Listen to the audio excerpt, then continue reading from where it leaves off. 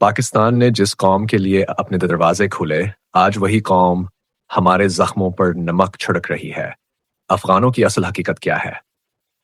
ہم نے جنہیں پناہ دی، تعلیم دی، عزت دی، وہی آج بھارت کے ساتھ کھڑے ہیں۔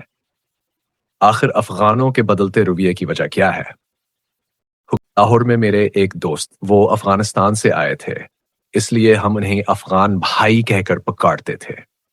وہ قالین کا کاروبار کرتے تھے اور ارب پتی، ان کے پاس 30-40 ملازم تھے، مگر ان میں ایک بھی افغان نہیں، 2-3 کو چھوڑ کر سارے پنجابی تھے۔ میں نے ایک دن ان سے پوچھا، افغان بھائی، آپ خود نمروز سے ہیں، پھر بھی گھر اور دفتر میں کوئی افغان ملازم کیوں نہیں رکھا؟ آپ کے چوکی دار تک بلوچ ہیں، کیا وجہ ہے؟ افغان بھائی مسکرائے اور بولے، ہم افغان فطرتاً اچھے لوگ ہیں، مگر وفادار رکھنے کے لیے ضروری ہے کہ آپ امیر یا طاقتور ہوں۔ وہ تھوڑی دیر رکے اور بولا، افغان کی فطرت ہے کہ وہ آپ کے ساتھ لالچ یا خوف کی بنیاد پر ہوتا ہے، برابری یا عزت کی وجہ سے کم ہی رہتا ہے۔ اگر آپ انہیں دباؤ یا پیسوں سے باندھ لیں تو ساتھ رہیں گے، مگر جس دن آپ کے پاس یہ دونوں چیزیں نہ ہوں، اسی دن وہ آپ کے خلاف ہو سکتے ہیں اور آپ کی اچھی باتیں بھول جائیں گے۔ اگر آپ کو سچا دوست یا وفادار ملازم چاہیے تو پنجابی رکھو، وہ مشکل وقت میں آپ کو اکیلا نہیں چھوڑے گا۔ میں نے یہ سنکر ہنس دیا اور بات بدل دی، کیونکہ میں نے سوچا افغان بھائی پنجاب میں بس گئے ہیں اور یہ پنجابیوں کے بارے میں ہلکا پھلکا کہہ رہے ہیں، مگر جب سے افغانوں نیاروی میرے سامنے آیا، مجھے ان کے الفاظ بار بار یاد آتے رہے۔ پاکستان نے افغانستان کے لیے بہت کچھ کیا۔ انٹیلیجنس آشٹی کے دہائی میں ہم نے اپنے سارے دروازے افغانوں کے لیے کھول دیے اور تقریباً 50 لاکھ افغان پاکستان آ گئے۔ پاکستان نے انہیں پورے ملک میں بسنے اور کاروبار کرنے کی اجازت دی۔ اس کے 3 بڑے نتائج نکلے۔ ایک، پاکستان کا کلچر بدل گیا۔ ہم پہلے نسبتاً لبرل تھے، مگر بعد میں مذہبی شدت پسندی بڑھی۔ دوسرا، ملک میں کلاشنکوف اور منشیات آ گئی، جس نے ہماری 3 نسلیں متاثر کیں اور بے روزگاری بڑھ گئی۔ کوئٹہ، پشاور اور کراچی پہلے جتنے پرامن اور صاف ستھرے نہیں رہے۔ تیسرا، افغان جنگ کی وجہ سے ہمارے اسکولوں کا نصاب بدل گیا۔ اسلامیت آور مطالعہ پاکستان اسکولوں میں لازمی ہو گئے اور انکان صاحب امریک ہمیں تیار کیا گیا تھا، جس میں افغان لڑاکوں کو ہیرو کی طرح پیش کیا گیا۔ اسلامیات کے نصاب میں جہاد کے حوالے شامل کیے گئے اور بہت عظیم سجدوں کے اماموں کو جہاد کی ترویج اور فرقواریت پر لگا دیا گیا۔ اس کا اثر آج پاکستان پر پڑ رہا ہے۔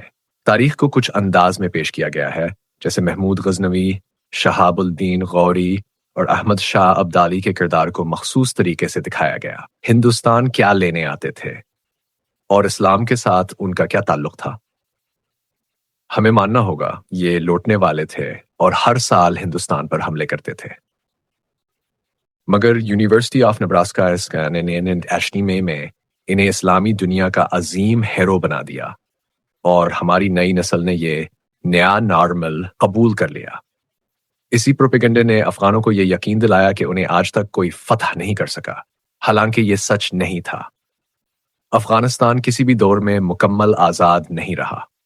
اشوک سے لے کر امریکہ تک ہمیشہ کسی نہ کسی بیرونی طاقت کا اثر رہا۔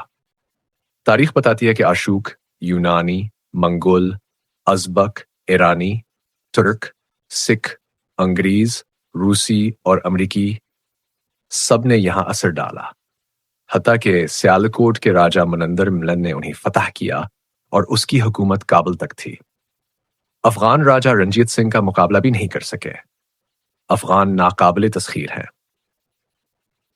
والافقر حبیک سیہد پروپیگنڈے کا نتیجہ تھا، جس نے ان کے حوصلے بڑھائے اور پھر انہوں نے اپنے واحد دوستاور محسن پاکستان پر حملے بھی کیے۔ یہ وہ افغان ہیں جو پاکستان میں پرورش پائے۔ ہم نے انہیں 1990 کی دہائی میں پناہ اور تعلیم دی۔ 1990 کی ایئر میں بھی پاکستان کی مدد سے وہ حقدار میں آئے اور ڈیزی جزائری میں بھیچ ہم معاملات میں پاکستان کی مدد نے انہیں دوبارہ حقدار میں لایا اور دونوں مرتبہ پاکستان کو نقصان ہوا۔ 9/11 کے بعد پاکستان نے انہیں 20 سال تک دنیا سے چھپا کر رکھا۔ وہ کوئٹہ، کراچی اور راولپنڈی میں پناہ میں رہے، اور جب امریکہ واپس آیا یا نکلا تو کچھ کوششوں کے بعد طالبان کو کابل میں اقتدار ملا اور نتیجہ سامنے ہے۔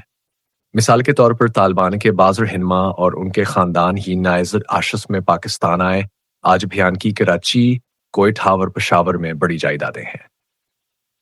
یہ کاروباری لوگ ہیں، پاکستان سے کھربوں روپے کمائے، مگر پھر وہ اپنے بیانات اور رویے میں پاکستان کے خلاف کھڑے ہو رہے ہیں، اور بعض نے بھارت میں جا کر آزاد کشمیر کے حوالے سے بیانات دیے۔ یہ حرکت محسن کشی کہلائی جا سکتی ہے۔ مزید کے طالبان کے اندر گروہ مختلف ہیں، کچھ پاکستان کے نزدیک ہیں، مگر قابل ذکر تعداد ایسے رہنماؤں کی ہے جو پاکستان کے سخت مخالف ہیں۔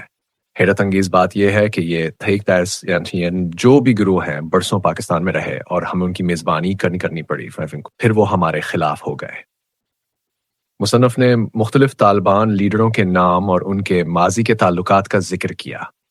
طالبان کے سپریم لیڈر ملاحی بت اللہ خوانزادہ جنیز میں خاندان سمیت کوئٹہ آ گئے اور ہنسین دائنسس ایتسنکاک تک کوئٹہ میں رہے۔ انہوں نے پاکستانی امدار سے تعلیم لی، 22 گازن دبا میں دوبارہ کوئٹہ میں پناہ لیا اور پاکستان نے انہیں دوبارہ 20 سال دنیا سے چھپا کر رکھا، مگر آج وہ پاکستان کے خلاف ہیں۔ کہا گیا کہ بعض بڑے طالبان لیڈر بھارت اور امریکہ دونوں سے ڈالر وصول کرتے ہیں اور پاکستان پر حملوں کی اجازت دیتے ہیں۔ صدر ابراہیم طالبان کے نائب وزیر داخلہ ہیں۔ اصل وزیر داخلہ سراج الدین حقانی ہے، مگر کچھ سیاسی فیصلے ایسے ہوئے کہ صدر ابراہیم کو اختیارات دیے گئے۔ ان میں بھی پاکستان کے مخالف عناصر شامل بتائے گئے ہیں۔ ان کی زندگی کا بڑا حصہ پشاور میں گزرا اور پاکستان نے ان کی میزبانی کی۔ ملا عبد الغنی برادر نائب وزیر اعظم مکہ کے ساتھ مل کر طالبان تنز یم بنائی، وہ ڈی سی ایس سال کوئٹہ میں رہے، مگر ابان کے بعض رویے پاکستان سے اختلاف رکھتے ہیں۔ ملا یعقوب ملا عمر کے بڑے بیٹے طالبان کے وزیر دفاع اور ڈپٹی کمانڈر تھے، وہ بھی پہلے کوئٹہ میں رہے مگر اب ہمارے مخالف ہیں۔ بتایا گیا کہ ملا یعقوب نے دوحامی امریکیوں کو کچھ بتایا اور پھر پریسیڈنسی ہے جولائی 2020 کو ڈرون حملے مارا گیا۔ ملا عبد الحق واس طالبان کے انٹیلیجنس چیفر ہے۔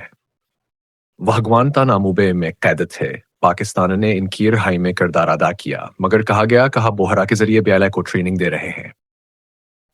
ملا محمد زئی ہلمند قندھار اور نیمروز میں TTP اور BILA کے کیمپس دیکھ رہے ہیں۔ انہوں نے جلاوطنی میں ایران میں وقت گزارا۔ ملا عبدالقیوم ذاکر پاک افغان بارڈرز کا کمانڈر ہے۔ یہ قندھار اور سخت مزاج بتایا گیا اور کہا گیا کہو ہپکتیا میں EP کے لیے تربیتی مب چلا رہا ہے۔ مصنف کا کہنا تھا کہ لوگوں نے پاکستان میں مختلف شہروں کے لیے دہشت گرد بھیجے اور پاکستانی اداروں نے ان کی گفتگو ریکارڈ کی، جس میں وہ پاکستان میں ہدف بتا رہے تھے۔ نیز دعویٰ کیا گیا کہ قندھار میں ملا عمر کے گھر میں 66 خودکش حملہ آور تیار بیٹھے ہیں۔ مزید کہا گیا کہ ہلمند کا کور کمانڈر ملا شرف الدین کے افغانستان کے بلوچوں کو بلوچستان میں لڑن کی تربیت دے رہا ہے اور قندھار و کابل میں انڈین ماہرین طالبان کو میزائل بنانے میں مدد دے رہے ہیں۔ دعویٰ یہ بھی کیا گیا کہ 2-3 ماہ میں طالبان پاکستانی طیاروں پر میزائل داغ سکتے ہیں، اور پہلے بھی 2 روسی میزائل استعمال کیے گئے جنہیں انڈیا نے قابل استعمال بنایا تھا۔ ایک اور دعویٰ یہ بھی تھا کہ ڈاکٹر ظواہری نے بدخشاں میں روسی ساختہ جو ہرے بنچ پارک تھے جو طالبان کے اتھلگے اور بھارتی ماہرین آنے چلانے کی تربیت دے رہے ہیں۔ یہ سبد اصل متن میں موجود ہیں۔ آخر میں مصنف نتیجہ نکالتا ہے کہ پاکستان کے پاس اب لڑائی کے علاوہ کوئی آپشن نہیں، ورنہ طالبان اگر بھارت کے ساتھ مل جائیں تو پاکستان کو بڑا نقصان ہوگا۔ افغانستان کی تاریخ بتاتی ہے کہ وہ کبھی مکمل آزاد نہیں رہا، ہمیشہ کسی طاقت کے زیر اثر رہا۔ لہٰذا ان سے نمٹنے کے صرف 2 راستے ہیں، طاقت یا رقم۔ امریکہ رقم دے کر معاملہ حل کرنے کی کوشش کر رہا ہے، مگر مصنف کے مطابق پاکستان کے پاس بنیادی طور پر طاقت کا راستہ ہی بچتا ہے۔ آپ کو ان کے سامنے کھڑا ہونا پڑے گا، ورنہ وہ آپ کو بیٹھنے کے قابل بھی نہیں چھوڑیں گے۔